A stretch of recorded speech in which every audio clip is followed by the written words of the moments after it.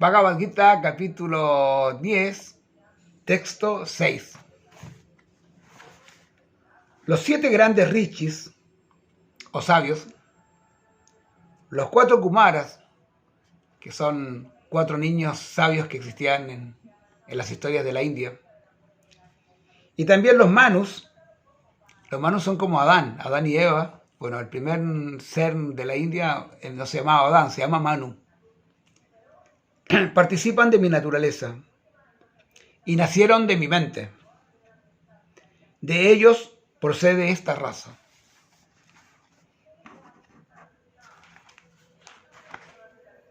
Todo emana de una fuente, ¿no?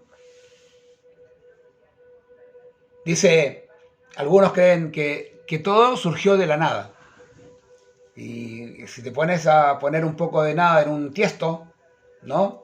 En un pote pones un poco de nada y espera ahí eternamente a ver si se crea algo, porque de la nada no viene nada.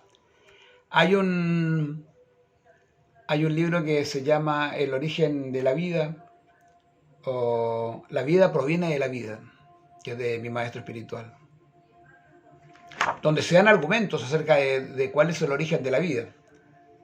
Y por más que quieran creer, por ejemplo, de que la creación surge de un Big Bang, para que surja el Big Bang, primero tiene que haber algo que explota. O sea, aún eso, también tiene que haber un creador. Si el hombre proviene del mono, y del mono antes venía del pez, y del pez venía de la bacteria, y que surgió todo en el mar, primero tiene que haber habido una bacteria. Se creó una bacteria, alguien creó la bacteria, o si no, alguien creó el mar, alguien creó los elementos necesarios para que esto surgiera. Pero siempre vas a ver que la vida proviene de la vida. Y entonces lo más cuerdo que existe, en vez de estar ahí con las ideas de que yo soy ateo porque me la creo, estudia las diferentes líneas que hay, las diferentes posibilidades. No se trata de ser un religioso.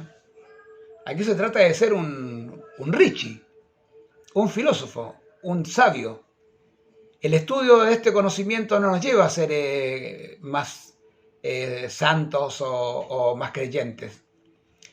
Este conocimiento nos lleva a poder entender la naturaleza del hombre, la naturaleza de la materia, la comparación entre la materia y el espíritu, y la posibilidad de que tú puedas ser feliz dentro del mundo material a través de estos argumentos. El que tiene argumentos es feliz. Por eso es que se llama el yoga de la paz.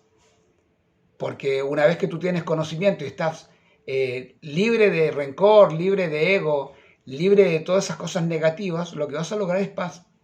¿Y cómo se dice? ¿Cómo puede una persona ser feliz sin paz? Entonces este es el yoga de la paz. Jai. Hare Krishna. Namaste.